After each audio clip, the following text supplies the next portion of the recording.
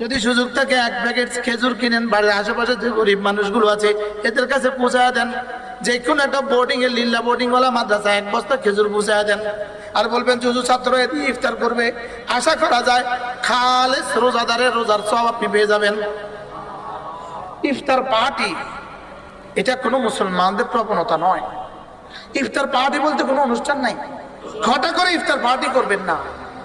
যদি মন চায় আশেপাশে গরিব গুরাবাদের বাসায় খেজুর পৌঁছায় দেন, এতিম বিধবাদের বাসায় খেজুর পৌঁছায় দেন। পুরা গ্রামের বিধবাদের তালিকা তৈরি করেন, তালিকা তৈরি করে বিধবাদেরকে কিছু পুছিয়ে দেন।